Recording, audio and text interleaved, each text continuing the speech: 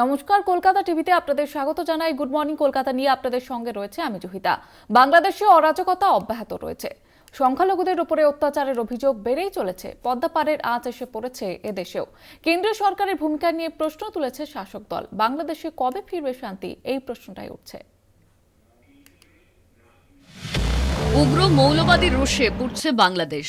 খাদের কিনারে দাঁড়িয়ে মুজিবের দেশ। গণতন্ত্র পুনরুদ্ধারের কোনো লক্ষণ নেই। আদেও ফিরবে শান্তি? জ্বলছে বাংলাদেশ, অশান্তি অব্যাহত। রবি ঠাকুর জীবনানন্দের সোনার বাংলা আজ রক্তাক্ত। কার্যত তালিবানি শাসনের জেরে আজ দিশেহারা বাংলাদেশবাসী। সে দেশের অশান্তির আজ এসে পড়েছে ভারতেও। বাংলাদেশ ইস্যুতে কেন্দ্রীয় সরকারের ভূমিকায় অসন্তোষ প্রকাশ করেছে রাজ্যের শাসক দল। গণতন্ত্র পুনরুদ্ধারের পথে না হেঁটে ক্রমাগত অশান্তিতে ইন্ধন যোগাচ্ছেন বলে ইউনূস সরকারের বিরুদ্ধে অভিযোগ উঠেছে। অশান্ত বাংলাদেশ। দেশ ছেড়ে ভারতে আশ্রয় শেখ হাসিনার। অন্তর্বর্তী সরকারের প্রধান প্রশাসক হিসেবে দায়িত্বভার গ্রহণ মোহাম্মদ ইউনূসের।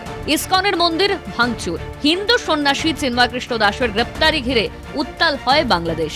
একাধিক হিন্দু ধর্মীয় স্থানে ভাঙচুর। সংখ্যালঘুদের উপর আক্রমণ।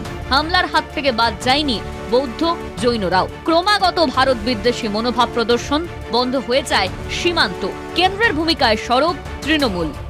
বিগত বেশ কিছুদিন ধরে বাংলাদেশের সংখ্যালঘুদের উপর ক্রমাগত অত্যাচার হয়ে চলেছে। প্রতিবাদে রাস্তায় নেমেছে তৃণমূল কংগ্রেস। কেন্দ্রীয় সরকারের কাছে যে কেন্দ্র ব্যবস্থা নিচ্ছে না বাংলাদেশে তো মাননীয় মুখ্যমন্ত্রী বলেছেন আমরা রাজ্য, ওরা দেশ। রাজ্য তো কিছু করতে পারে না, যা করতে হবে কেন্দ্রীয় সরকারকে করতে হবে। অথচ কেন্দ্র নীরব, কোনো কার্যকরী ব্যবস্থা নিচ্ছে না। পার্লামেন্টে কোনো স্টেটমেন্ট নেই এবং দাবি হচ্ছে বাংলাদেশ নিয়ে কেন্দ্রীয় সরকারকে অবিলম্বে ব্যবস্থা নিতে হবে। তো এটা রাজ্যপালকে কমিউনিকেট করে দেওয়া হবে যে আপনিও দয়া করে এটা কেন্দ্রীয় সরকারকে পাঠান, কেন্দ্রীয় সরকারকে বলুন যে কলকাতায় এরকম একটি মিছিল হয়েছে, এই সংগঠন এই দাবি জানিয়েছে। উগ্র মৌলবাদের গড়লে বিষাক্ত হয়ে উঠেছে পদ্মাপাড়ের দেশ। গণতন্ত্রের পুনরুদ্ধারের কোনো লক্ষণই নেই। ভারত বাংলাদেশের সম্পর্ক ঠেকেছে তলানিতে। পরিস্থিতি মোকাবিলায় দুতরফের কূটনৈতিক স্তরের বৈঠকের অপেক্ষায় দুপারের গণতন্ত্র প্রিয় মানুষ। কলকাতা টিভি। নজর রাখবো কুলপির দিকে। কুলপির দৌলতপুরে সেখানে কুপিয়ে এবং গুলি করে খুন, নৃশংসভাবে খুনের অভিযোগ করছে তৃণমূল পঞ্চায়েত সদস্যকে। খুনের পর এলাকায় বোমাবাজিও হয় বলে অভিযোগ উঠছে। এলাকায় মোতায়েন বিশাল পুলিশ বাহিনী। ঘটনায় আতঙ্ক ছড়িয়েছে গোটা এলাকায়। নৃশংসভাবে খুনের অভিযোগ উঠছে তৃণমূলের পঞ্চায়েত সদস্যকে। রাতেই সেখানে পৌঁছে যায় পুলিশ। ইতিমধ্যেই তদন্ত শুরু হয়েছে। খুনের পর এলাকায় বোমাবাজিও করা হয় বলে অভিযোগ উঠছে। নৃশংসভাবে গুলি করে এবং কুপিয়ে খুনের অভিযোগ উঠছে সেখানে। এলাকায় মোতায়েন বিশাল পুলিশ বাহিনী। গতকাল রাতে সেখানে পৌঁছে যায় পুলিশ। ঘটনায় ইতিমধ্যে তদন্ত শুরু করেছে পুলিশ। কুলপির দৌলতপুরে কুপিয়ে এবং গুলি করে খুনের ঘটনায় গতকাল রাত থেকেই আতঙ্ক ছড়িয়েছে গোটা এলাকায়। নৃশংসভাবে খুনের অভিযোগ করছে তৃণমূলের পঞ্চায়েত সদস্যকে। আমাদের সঙ্গে টেলিফোন লাইনে রয়েছে প্রতিনিধি কোয়েল মন্ডল। কোয়েল, এখনো পর্যন্ত কি পরিস্থিতি, কি আপডেট রয়েছে? একেবারেই জহিতা, দেখো এখনো পর্যন্ত পরিস্থিতি একেবারে থমথমে রয়েছে। কান্নায় ভেঙে পড়েছে নিহত তৃণমূল পঞ্চায়েত সদস্যের পরিবারের লোকজন। এলাকায় যথেষ্ট পুলিশ মোতায়েন করা হয়েছে। তোমাকে জানাবো সূত্রপাত একেবারেই কিন্তু গতকাল সন্ধ্যেবেলা এই যে দক্ষিণ 24 পরগনা জেলার কুলপির দক্ষিণ গাজীপুর গ্রাম পঞ্চায়েতের তৃণমূল পঞ্চায়েত সদস্য নুরুন উদ্দিন হালদার, তিনি তার যে দৌলতপুরের গ্রামের বাড়ি, সেই বাড়ি থেকে সন্ধ্যেবেলা বাড়ির পাশেই মসজিদে নামাজ পড়ার উদ্দেশ্যে রওনা দেন। অতর্কিতভাবে অন্ধকারের মধ্যে বেশ কিছু দুষ্কৃতী তার ওপর হামলা করে। প্রথমে ধারালো অস্ত্র দিয়ে এলোপাথারি তাকে কোপায়, তারপর গুলি চালানো হয় এবং তারপরে বোমাবাজি হয় দেদার। তারপরেই কিন্তু একেবারেই এত মুহুর্মুহুর বোম পড়তে থাকে। পরিবারের লোকজন তারা যেমন ভাবে ঘটনার কথা বলছেন যে এত বোমাবাজি হয়, সেই মুহূর্তে কেউ তারা ঘর থেকে বেরোতে পারেনি। তারপর বোমাবাজি বন্ধ হলেই প্রতিবেশীরা ছুটে যায়, বাড়ির লোকেরা ছুটে যায়, গিয়ে দেখে একেবারেই কিন্তু মসজিদের একেবারে কাছে রাস্তার ওপর রক্তাক্ত অবস্থায় লুটিয়ে পড়েছে নুরুদ্দিন হালদার। তড়িঘড়ি তাকে উদ্ধার করে কুলপি ব্লক হাসপাতালে নিয়ে গেলে চিকিৎসকেরা তাকে মৃত বলে ঘোষণা করে। পরিবারের যেমন যেমনটা দাবি যে গত পঞ্চায়েত নির্বাচনের সময় তৃণমূলের হয়েই ভোটে দাঁড়িয়েছিলেন নুরুদ্দিন হালদার এবং ভোটে জয়লাভ করেছিলেন। এই নিয়ে এই দক্ষিণ গাজীপুর গ্রাম পঞ্চায়েতে তিনি দুবারের পঞ্চায়েত মেম্বার হলেন, দুবারই তৃণমূল থেকে প্রতিদ্বন্দ্বী করে জয়লাভ করেছিলেন এবং গত পঞ্চায়েত নির্বাচনের আগে একটি ঘটনাকে কেন্দ্র করে আইএসএফ এর সঙ্গে তৃণমূলের একটা গন্ডগোল বাঁধে, সেখানে আইনত একটা ঝামেলা তৈরি হয়, কেস কাচারি হয় একে অপরের বিরুদ্ধে এবং তারপর কিন্তু পরিস্থিতি ঠিকঠাকই ছিল এবং তারপর গতকাল সন্ধেবেলা অতর্কিতভাবে এই নুরুদ্দিন হালদারের ওপর আক্রমণ করা হয় এবং পরিবার তারা দাবি করছে স্থানীয় বেশ কিছু আইএসএফ কর্মী সমর্থকেরা উদ্দেশ্য প্রণোদিতভাবেই কিন্তু তার উপরে অতর্কিত হামলা করে, তাকে নৃশংসভাবে খুন করে। পরিবারের লোকজন কান্নায় ভেঙে পড়েছেন এবং তারা প্রত্যেকেই দোষীদের দৃষ্টান্তমূলক শাস্তি এবং ফাঁসির দাবি জানাচ্ছে। জয়িতা, ধন্যবাদ জানাবো কোয়েল। আমাদের সঙ্গে টেলিফোন লাইনে ছিলেন প্রতিনিধি কোয়েল মণ্ডল।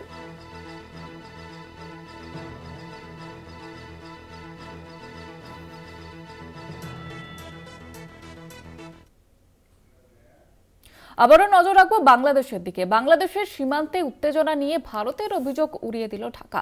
রবিবার অন্তর্বর্তী প্রশাসনের স্বরাষ্ট্র উপদেষ্টা জাহাঙ্গীর আলম চৌধুরীর দাবি, ভারতের মিডিয়া যা প্রচার করছে তা ভুল। একই সঙ্গে বাংলাদেশে অবৈধভাবে বসবাস করা বিদেশিদের অবিলম্বে দেশ ছাড়ার নির্দেশ দেওয়া হয়েছে বলেও জানান তিনি। আসন্ন বড়দিন ইংরেজি নববর্ষ পালনের বিষয়ে কিছু নিয়ন্ত্রণ রেখার কথাও ঘোষণা করেছেন তিনি।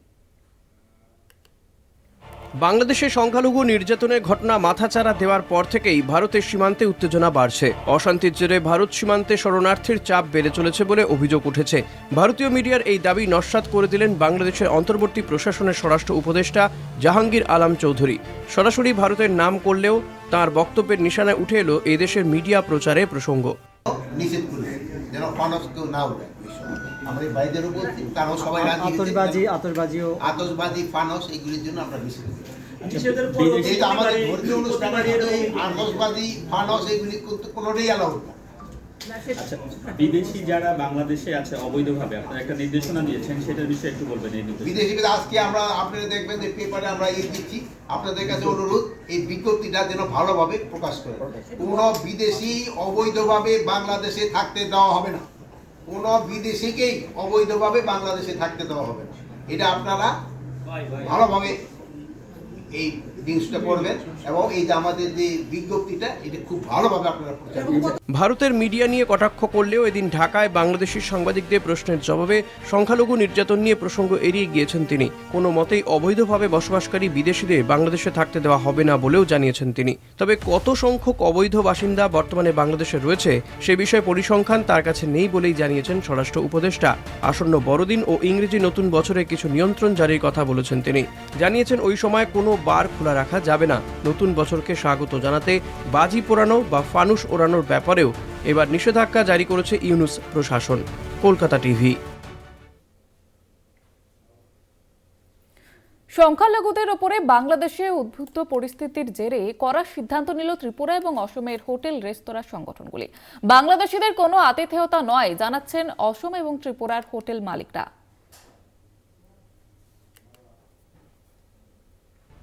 শেখ হাসিনা সরকারের পতনের পর বদলে গিয়েছে বাংলাদেশের পরিস্থিতি। আন্দোলন, বিক্ষোভ, সংখ্যালঘুদের উপর অত্যাচার সেদেশের প্রায় নিত্যদিনের ছবি। নিরাপত্তাহীনতায় ভুগছেন পড়শি দেশের সংখ্যালঘুরা। সম্প্রতি বাংলাদেশের উদ্ভূত পরিস্থিতি নিয়ে উদ্বেগ প্রকাশ করেছে নয়াদিল্লি। এরপরই বাংলাদেশের অন্তর্বর্তী সরকার দাবি করে কিছু বিচ্ছিন্ন ঘটনা ঘটলেও সেদেশের সংখ্যালঘুরা নিরাপদ। পাশাপাশি দেশে আভ্যন্তরীণ বিষয়ে ভারতের নাক গলানোর প্রয়োজন নেই সেই কথাও বেশ স্পষ্ট করে দিয়েছেন ইউনুস সরকারের প্রেস সচিব শফিকুল আলম। বাংলাদেশের সংখ্যালঘুদের নিয়ে চাপা উত্তেজনার মাঝে ঘি ঢালে সংখ্যালঘু নেতা চিন্ময় কৃষ্ণের গ্রেপ্তারি। এরপর ত্রিপুরায় বাংলাদেশের সহকারী হাইকমিশনে হামলার ঘটনা ঘটে। পাল্টা সেই আঁচ পড়ে বাংলাদেশেও। অভিযোগ, সেখানে ভারতের জাতীয় পতাকার অবমাননা করা হয়েছে। এই পরিস্থিতিতে অল ত্রিপুরা হোটেল রেস্তোরাঁ ওনার্স সিদ্ধান্ত নেয় 2রা ডিসেম্বর থেকে বাংলাদেশিদের জন্য সব রকম হোটেল বুকিং বন্ধ। পাশাপাশি নিরাপত্তার বিষয়টিকেও মাথায় রেখে সিদ্ধান্ত গ্রহণ করা হয়েছে বলে জানা যায়। কারণ হোটেলে থাকাকালীন বাংলাদেশি কোনো নাগরিকের উপর হামলার ঘটনা ঘটলে তার দায় কোনোভাবে এড়াতে পারবে না হোটেল কর্তৃপক্ষ। তবে যারা 2রা ডিসেম্বরের আগে এসেছেন ও চিকিৎসার জন্য বাংলাদেশ থেকে আসবেন তাদের জন্য অন্য চিন্তাভাবনা রেখেছে হোটেল কর্তৃপক্ষ। একই অবস্থা অসমেও। সেদেশে সংখ্যালঘুদের উপর অত্যাচার বন্ধ না হওয়া পর্যন্ত বাংলাদেশিদের আশ্রয় দেবে না অসমের ব্যারাক ভ্যালির কোনো হোটেল। বাংলাদেশের সিলেটের সঙ্গে প্রায় 129 কিলোমিটার দীর্ঘ বর্ডার রয়েছে অসমের কাছাড়, শ্রীভূমি ও হাইলাকান্দির। কলকাতা টিভি। অন্যদিকে সিরিয়ায় বাথ পার্টির প্রায় 50 বছরের শাসনের অবসান। দামাস্কাস দখল করে ঘোষণা করে বিদ্রোহীরা। ইতিমধ্যেই দেশ ছেড়ে পালিয়ে যান প্রেসিডেন্ট বাশার আল আসাদ। প্রাণ ভয়ে সিরিয়া ছেড়ে পালাচ্ছেন নাগরিকরা। এই পরিস্থিতিতে ক্ষমতা হস্তান্তর করতে প্রস্তুত বলে জানিয়েছেন সিরিয়ার প্রধানমন্ত্রী।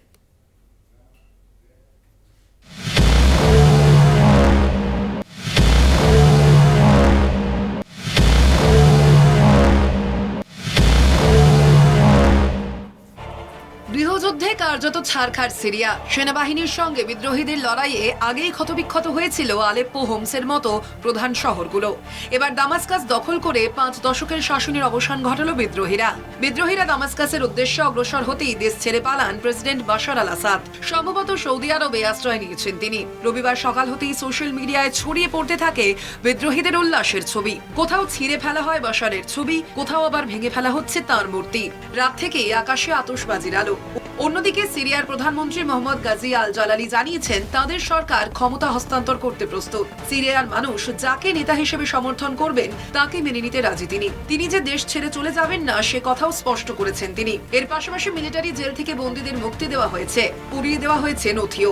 সিরিয়ার এই পরিস্থিতিতে বিদ্রোহীদের পাশেই দাঁড়ালেন আমেরিকার নবনির্বাচিত প্রেসিডেন্ট ডোনাল্ড ট্রাম্প। সিরিয়ায় যেন ইসলামিক অভ্যুত্থান না ঘটে তার জন্য সিরিয়ায় ইতিমধ্যেই 900 আমেরিকান সেনা মোতায়েন করা হয়েছে বলেই জানিয়েছেন তিনি। ভারতীয়দের দ্রুত দেশে ফিরতে বলা হয়েছে ভারতের বিদেশ মন্ত্রকের তরফ থেকে। মাস 6 আগে বাংলাদেশে গণ অভ্যুত্থানের সাক্ষী থেকেছে গোটা বিশ্ব। কোটা আন্দোলনের জেরে ক্ষমতাচ্যুত শেখ হাসিনা। এবার সিরিয়ার প্রেসিডেন্ট বাশার আল আসাদেরও একই পরিণতি। তবে সিরিয়ায় সশস্ত্র বিদ্রোহ চলছে গত 1 দশকেরও বেশি সময় ধরে। এর মধ্যে একাধিকবার গৃহযুদ্ধে বিদীর্ণ হয়েছে সেই দেশ। অবশেষে সরতেই হলো বাশার আল আসাদকে। অবসান ঘটল বাথ পার্টির শাসনের। কলকাতা টিভি।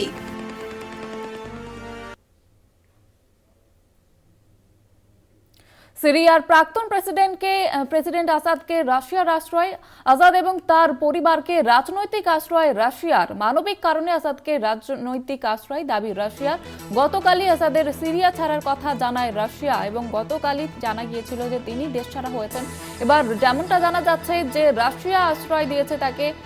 সিরিয়ার প্রাক্তন প্রেসিডেন্ট আসাদ, তাকে রাশিয়া আশ্রয় দিয়েছে।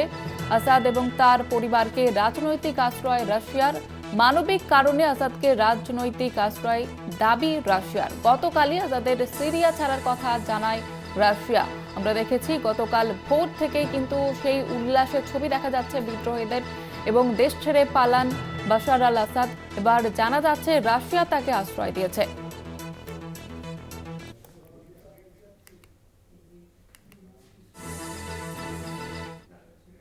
এখন সময় একটি বিরতি, ফিরছি বিরতির পর, সঙ্গে থাকুন।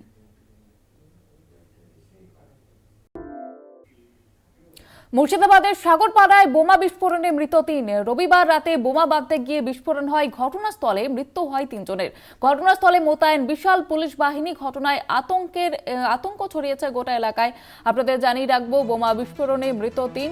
মুর্শিদাবাদের সাগরপাড়ায় এই ঘটনাকে কেন্দ্র করে আতঙ্ক ছড়িয়েছে। ঘটনাস্থলে মৃত্যু হয়েছে 3 জনের বলেই জানা যাচ্ছে। ঘটনাস্থলে বিশাল পুলিশ বাহিনী মোতায়েন রয়েছে। মুর্শিদাবাদের সাগরপাড়ায় বোমা বিস্ফোরণে মৃত 3। ঘটনাস্থলেই 3 জনের মৃত্যু হয়। বোমা বাঁধ থেকেই এই বিস্ফোরণ বলে জানা যাচ্ছে এবং ইতিমধ্যেই 3 জনের মৃত্যু হয়েছে। মোতায়েন বিশাল পুলিশ বাহিনী। মুর্শিদাবাদের সাগরপাড়া এলাকার ঘটনা। আমাদের সঙ্গে টেলিফোন লাইনে রয়েছে প্রতিনিধি রাকিবুল ইসলাম। রাকিবুল, এই মুহূর্তে কি পরিস্থিতি? দেখো, গতকাল রাতেই কিন্তু বোমা বাঁধতে গিয়ে 3 ব্যক্তির মৃত্যু হয়েছে এবং গুরুতর আহত হয়েছে আরো 1 ব্যক্তি, এমনটাই কিন্তু জানা গিয়েছে। এবং ঘটনাটি ঘটেছে মুর্শিদাবাদের দমকলের সাগরপাড়ার, সেই সাগরপাড়ার কিন্তু খয়েরতলা এলাকায়, অর্থাৎ সাগরপাড়া থানার খয়েরতলা এলাকায়, এমনই কিন্তু জানা গিয়েছে। এখন প্রশ্ন হলো যে বর্তমান যে পরিস্থিতি, সেই পরিস্থিতি কিন্তু আগামী কয়েক মাসের মধ্যে কোনো ইলেকশন বা নির্বাচন নেই। ফলে কি কারণে যে বোমা বাঁধতে গিয়েছিল ওই ব্যক্তিরা তা কিন্তু স্পষ্ট জানা যায়নি। যদিও মৃতদেহ উদ্ধার করে ময়নাতদন্তের জন্য ইতিমধ্যেই পুলিশ পাঠিয়ে দিয়েছে এবং গুরুতর আহত ব্যক্তি চিকিৎসাধীন রয়েছে। তবে সাধারণ মানুষের প্রশ্ন যে এই যে বোমা বাঁধতে গিয়ে বিস্ফোরক ঘটেছে তাতেই কিন্তু হুড়মুড়িয়ে বাড়ি ভেঙে পড়েছে আর তাতেই মৃত্যু হয়েছে তিন ব্যক্তির, অর্থাৎ যে একটা বড়সড় ঘটনা। আর এই ঘটনায় কিন্তু তদন্ত নেমেছে বিশাল একটি পুলিশ বাহিনী এবং পুলিশ বাহিনী মোতায়েন রয়েছে, চলছে এলাকায় টহলদারি। এই যে সীমান্ত এলাকা অর্থাৎ সাগরপাড়া থানার সীমান্ত এলাকা খয়েরতলা, আর সেই খয়েরতলায় কিন্তু এই ঘটনা ঘটেছে বলে জানা গিয়েছে এখন পর্যন্ত। তবে পুলিশি তদন্ত চলছে এই ঘটনায় কারা জড়িত আছে এবং কি কারণে এই বোমা বাঁধার কাজ চলছিল এত রাত্রে, অর্থাৎ শীতের যে রাত সেই শীতের রাতের অন্ধকারেই কিন্তু বোমা বাঁধার কাজ চলছিল এবং তারা বোমা বাঁধতে গিয়ে কিন্তু বোমা বিস্ফোরণ ঘটে, এমনটা কিন্তু স্থানীয় সূত্রে জানা গিয়েছে। তবে আগামী কয়েক মাসের মধ্যে নির্বাচন নেই এবং পারিবারিক বিবাদ নাকি জমি সংক্রান্ত বিবাদ নাকি কোন কারণে তারা বোমা বাঁধার কাজ ছিল, নাকি তাদের পেশা ছিল বোমা বাঁধার কাজ, এমনটাও কিন্তু জানার চেষ্টা করছে পুলিশ ইতিমধ্যেই। এবং সাধারণ মানুষ যেটা জানিয়েছে যে তাদেরকে কিন্তু আগে কখনো বোমা বাঁধতে দেখা যায়নি। আবার কেউ জানাচ্ছে যে তারা নাকি বোমা বাঁধার কাজই করছিল বা করতো, এমনটাও কিন্তু জানাচ্ছে। ঘটনার তদন্তে নেমেছে পুলিশ। তবে এই যে বোমা বাঁধার কাজ এর আগেও কিন্তু মুর্শিদাবাদের ডোমকলে কিন্তু বোমা বাঁধতে গিয়ে দেখা গিয়েছিল এক ব্যক্তির মৃত্যু, তারপরে সেখানে প্রচুর সংখ্যক বোমা উদ্ধার। আবারও কয়েক মাস যেতে না যেতেই কিন্তু মুর্শিদাবাদে এবার সাগরপাড়া থানার খয়েরতলা এলাকায় সেখানেও কিন্তু বোমা বাঁধার কাজ করতে গিয়ে 3 ব্যক্তির মৃত্যু এবং আরো একজনের মৃত্যু হতে পারে, এমনটাই কিন্তু স্থানীয় সূত্রে জানা গিয়েছে। তাহলে এই ধরনের বোমা বাঁধার কাজ কেন করতে চাইছে সাধারণ মানুষ এবং তারা কি করতে চাইছে এবং তারা কি নির্বাচনের জন্য প্রস্তুতি শুরু করেছে 2026 সালের, নাকি অন্য কোনো কারণে বোমা বাঁধার কাজ ছিল, তারই কিন্তু তদন্তে নেমে পুলিশ। এবং মানুষ কিন্তু সেই এলাকার মানুষ কিন্তু যথেষ্ট আতঙ্কে রয়েছে, কেননা এই যে বোমা বাঁধায় শুধু মৃত্যু হয়েছে তা নয়, কিন্তু একটি বাড়ি কিন্তু হুড়মুড় করে ভেঙে পড়েছে, সেই ছবি কিন্তু একেবারে আমরা দেখিয়েছি। ধন্যবাদ জানাবো তোমাকে রাকিবুল। আমাদের সঙ্গে টেলিফোন লাইনে ছিলেন প্রতিনিধি রাকিবুল ইসলাম।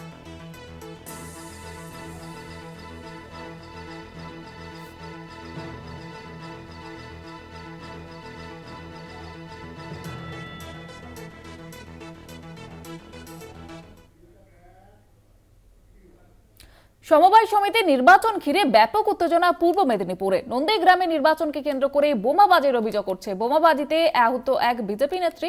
অন্যদিকে কোলাঘাটে তৃণমূল বিজেপি বচসা ধস্তাধস্তি। পরিস্থিতি সামাল দিতে মোতায়েন প্রচুর পুলিশের সঙ্গে খণ্ডযুদ্ধ বিজেপি কর্মী সমর্থকদের। হলদিয়া মহকুমার 12টি ব্লকে তমলুক সমবায় সমিতির নির্বাচন। সকাল 8টা থেকেই শুরু হয় ভোট গ্রহণ। বেলা গড়াতে উত্তপ্ত কোলাঘাট নন্দীগ্রামের কাঞ্চননগর হাই স্কুলের ভোট কেন্দ্র থেকে 200 মিটারের মধ্যে বোমা ছোড়ার অভিযোগ তৃণমূল আশ্রিত দুষ্কৃতীদের বিরুদ্ধে। পরপর বোমাবাজিতে আহত এক বিজেপি নেত্রী। ভোট পর্যবেক্ষণে যান তমলুক লোকসভার প্রাক্তন সাংসদ দিব্যেন্দু অধিকারী। ঘটনাস্থলে পৌঁছন পূর্ব মেদিনীপুর জেলা পুলিশের শীর্ষ কর্তারা। অন্যদিকে কোলাঘাটের দেউলিয়া হাই স্কুলের ভোট গ্রহণ কেন্দ্রে তুমুল উত্তেজনা। তৃণমূল কর্মী সমর্থকদের সঙ্গে বিজেপি কর্মী সমর্থকদের বচসা ও ধস্তাধস্তি। বিজেপির অভিযোগ, ভোট দিতে আসার সময় তৃণমূল আশ্রিত দুষ্কৃতীরা রাস্তা আটকে বিজেপির ভোটারদের স্লিপ কেড়ে তৃণমূলের স্লিপ হাতে ধরিয়ে দেয়। ঘটনাস্থলে এসে পরিস্থিতি সামাল দেয় কোলাঘাট থানার পুলিশ। 2 ঘটনায় শাসক দলের দিকে তীর ছুঁড়েছে বিজেপি। সাময়িককালে যতগুলো সমবায় নির্বাচন হয়েছে সেই সমবায় নির্বাচনগুলোর তৃণমূল পরাজিত হয়েছে। তাই গতকালকে যেরকম আমাদের একজন নেত্রী, তার বাড়িতে বোমা ছোড়া হয়েছে, তো একইভাবে আজকে এখানেও আরেকজন মহিলার উপরে বোমা বৃষ্টি করা হচ্ছে। পশ্চিমবঙ্গের মানুষ দেখুন তৃতীয়বারের জন্য কারো ক্ষমতায় এনেছে। যদিও উভয় অভিযোগকে অস্বীকার করেছে শাসক দল। তাদের দাবি বিজেপি এসব নিজে থেকেই করাচ্ছে। ওরা চিরকালই তাই বলে, সব ওরা করে ওইটাই বলে। আমার কাছে অনেক প্রমাণ আছে, দেখবেন নন্দীগ্রামে কিভাবে একের পর এক বাড়িতে রাত্রেবেলা শাসানি হচ্ছে ফোনের মাধ্যমে এবং গিয়ে আমরা সমস্ত তথ্য তুলে দিয়েছি প্রশাসনের হাতে। সব জায়গায় একই তৈরি করছে। যদি তৃণমূল মাঠে নামে, এক লহমা লাগবে না আমাদের নির্দেশ দিলে, ওদের খুঁজে পাওয়া যাবে না। তৃণমূল এই নীতিতে বিশ্বাস করে না। মমতা ব্যানার্জি শিক্ষা কাউকে দেননি। স্বাভাবিকভাবে তৃণমূল কর্মীরা মানুষের সাথে থেকে, মানুষের পাশে থেকে, মানুষকে সঙ্গে নিয়ে এই নির্বাচন জয়ী করবে। আর বিজেপি চাইছে গন্ডগোল করে ভোটটাকে বানচাল করতে। তারা নানাবিধ উপায় অবলম্বন করছেন, কিন্তু অত্যন্ত ধৈর্যের সঙ্গে আমাদের কর্মীরা, এলাকার মানুষজন স্বতঃস্ফূর্তভাবে তা প্রতিহত করছেন। আমরা আশাবাদী নিশ্চিতভাবে মানুষের রায় সঠিকভাবে প্রতিফলিত হবে। নন্দীগ্রাম 1 নম্বর ব্লকে 7টি আসন তৃণমূল কংগ্রেস, বিজেপি এবং নির্দল মিলিয়ে 22 জন প্রার্থী প্রতিদ্বন্দ্বিতা করছেন। ভোট শুরু হতেই বোমাবাজি হাতাহাতির ঘটনায় উত্তপ্ত গোটা এলাকা। সৌমজিৎ চট্টোপাধ্যায়ের রিপোর্ট, কলকাতা টিভি। সময় এখন আরো একটি বিরতি, ফিরছি বিরতির পর, সঙ্গে থাকুন। সারপ্রাইজের নামে যৌনাঙ্গে কোপ প্রেমিকার, আটক অভিযুক্ত। ডোমজুড়ের ঘটনায় চাঞ্চল্য, ব্ল্যাকমেলের কারণেই প্রেমিককে গাছে বেঁধে কোপ, অভিযোগ প্রেমিকার পরিবারের।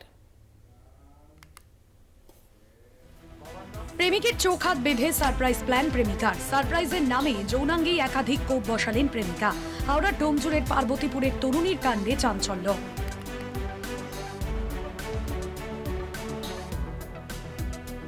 শুক্রবার রাতে প্রেমিক শেখ কাইফকে ফোন করে বাড়িতে ডেকে পাঠান প্রেমিকা সুমাইয়া খাতুন। বেশ কিছুক্ষণ গল্প করার পর প্রেমিককে বাড়ির পাশে একটি বাঁশবাগানে নিয়ে যান সুমাইয়া। তারপরেই প্রেমিকের চোখ বেঁধে তার যৌনাঙ্গে ধারালো অস্ত্র দিয়ে একাধিক আঘাত করেন সুমাইয়া। কিন্তু কেন এই নির্মম কাজ করলেন প্রেমিকা?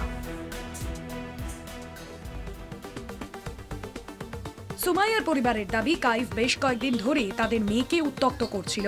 সেই রাগেই এই ঘটনা ঘটিয়েছে সুমাইয়া।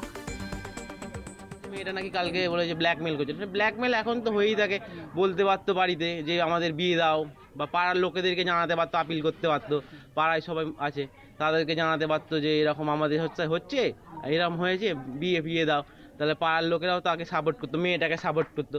কিন্তু এখন যেটা হয়ে গেছে, মেয়েটার বিরুদ্ধেই কথাটা হবে। খবর পেয়ে ঘটনাস্থলে যায় পুলিশ। রক্তাক্ত অবস্থায় যুবককে হাসপাতালে ভর্তি করানো হয়। সুমাইয়াকে গ্রেফতার করে পুলিশ। পুলিশের দাবি, সুমাইয়া কিছুটা মানসিক ভারসাম্যহীন। ঘটনার তদন্ত শুরু করেছে পুলিশ। ডোমকল থেকে জগন্নাথ সামন্তের রিপোর্ট, Kolkata TV. Good morning Kolkata এই পর্যন্তই। দেখতে থাকুন কলকাতা টিভি, রাত 3, 7 দিন।